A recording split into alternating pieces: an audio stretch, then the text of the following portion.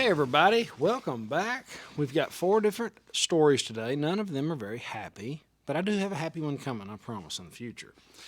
There's been 2 train derailments today. Today's Monday. There's been 2. On the heels of what's going on in Ohio, this is getting ridiculous. Why is there so many train wrecks? We're going to get into that.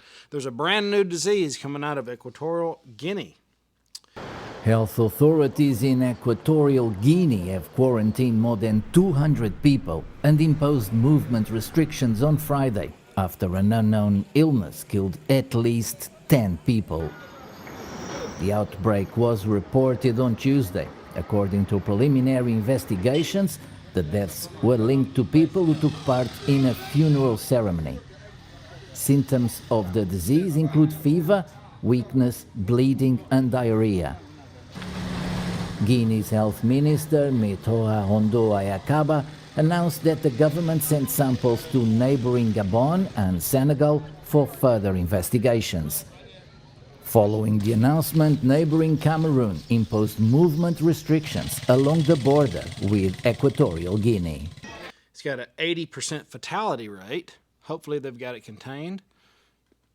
WHO says they do, And investors pursue European banks to stop financing new fossil fuel projects. They are absolutely serious about this. The investors represent over $1.5 trillion in assets under management, sent demand letters on February 7th. This is 5 out of the biggest banks in Europe, calling them to stop financing fossil fuel firms by the end of 2023. They want to do it right now, quick, fast, and a hurry. They're cutting off fossil fuels to Europe. This is ludicrous. It's crazy. This is going to make fossil fuels go to the moon. You can't just stomp your foot and say no more of whatever we need. It's wild. So we're going to get into it. Thank you for being here. Thank you for hitting the like button, sharing, subscribing, all that stuff you guys do. I really appreciate it. And if you're not in the comments, get in there. There's some really good people in there, I promise you. Okay, let's talk about the banks first. The Share Action is an investment group whose website states listen to this, is a quote, "Its vision is a world where the financial system serves our planet and its people by driving change until its high standards for responsible investment are adopted worldwide." Ooh, makes me feel warm again. The 30 investors, Share Action said, 20 of them wrote all 5. So 20 of the investors wrote all 5 banks. Now, the letters expressed concern that the bank's cooperation in the development of new oil and gas fields may be jeopardizing the global path to net zero. And we're holding back, and these are quotes, holding back the renewable energy revolution in Europe. A revolution that has recently become more important than ever. Each of the 5 letters sent to each bank contained identical language that was probably printed up from the WEF and told where to send it. Each letter, depending on where it went, had 20 to 27 of these billionaire investor signatures on it. The letter to Barclays demanded the bank stop directing financing to new oil and gas fields to demonstrate its commitment to tracking the climate crisis and keep global warming to a 1.5 degrees Celsius. Now, this is a quote as well. "The pathway to net zero is narrow but still achievable. If we want to reach net zero by 2050, we do not need any more investments in the new oil and gas coal projects." No, we don't want to do that. Now, Barclays is the second biggest European leader of the top 50 oil and gas expanders, having provided $48 billion between 2016 and 2021. That's no chump change, $48 billion.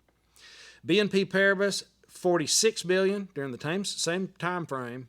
The Crédit Agricole, Societe Generale, and Deutsche Bank is 3rd, 4th, and 5th at $34 billion, and $28 billion. So these are, 1.5 trillion in assets, wealthy people that are saying, hey, no more fossil fuels. Here's the thing. There's going to be fossil fuels for these guys. They'll jack the prices up so high, they'll be the only ones that are able to afford it. The letter went on to say So far, 11 out of the top 25 biggest European banks have some form of asset financing restrictions for oil and gas. This will not end well, people. Craziness. All right, so they're cutting off oil and gas exploration in Europe. Sorry, guys. It's going to get worse. Okay, here's about the two trains that happened today, the derailments. A newscast in the morning, we would have by now, of course, cut away. Yeah, and actually, I'm trying to avoid sensitive areas here. I'm going to zoom out real quick. But it looked like there was two pieces of what a cab was, and I can actually try to point it out. Over right behind where those cars derailed, there's like pieces of what looks like a cab area, and you can see where those investigators are standing. That's the point of impact. That's 21 train cars were derailed in the collision, and that hazardous materials team from Union Pacific was on site and monitoring the air quality as a precaution. An estimated 100 gallons of diesel fuel was released by the truck involved in the crash. Quote, from what we're being told and shown, there are no major chemicals to be concerned about. It's more so household chemicals on board for retail purposes. It's not a large quantity from what we're being told. All right. And then, hours later, a train also derailed in Nori, South Carolina. Working to learn more about a train derailment in Spartanburg County. Details are limited right now, but first responders tell us some of the train cars came off the tracks. This is near Highway 221 in the Enery area.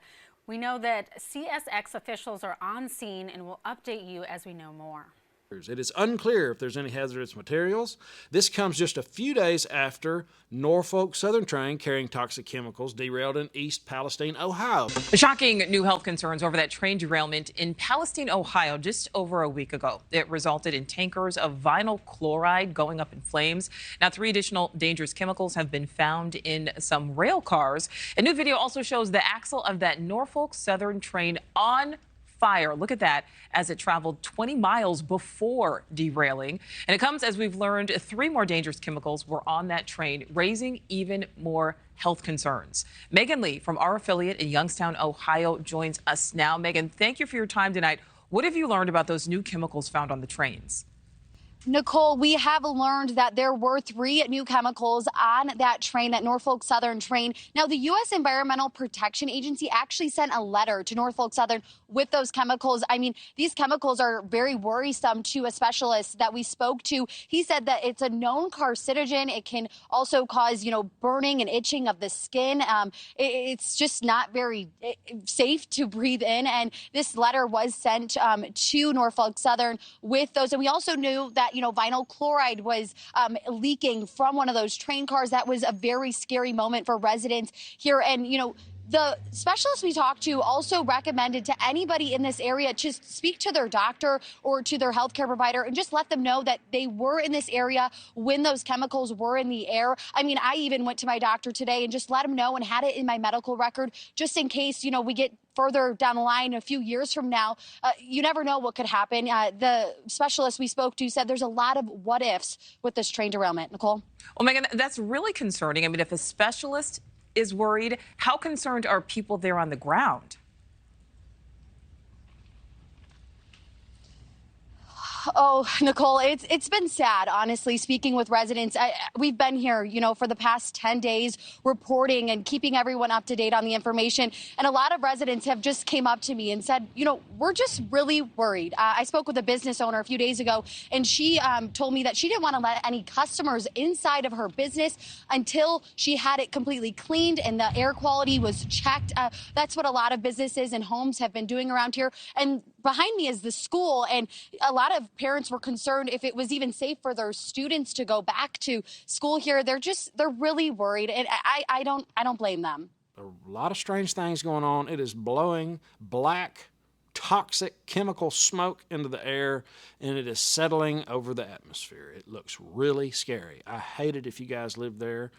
That is nuts. The train wreckage that is really concerning. I've never heard of more train wrecks, more food storage houses burning down. Really, really strange coincidences, you know? So, you know, I don't want to be, I don't want to start any more negative rumors of any type. But this is the actual news. None of this is fake. None of it's drummed up. I'm trying to keep my opinion out of it, as hard as that is to do. But, guys, that's the news for today. And I also hope you have an awesome, awesome day. Later.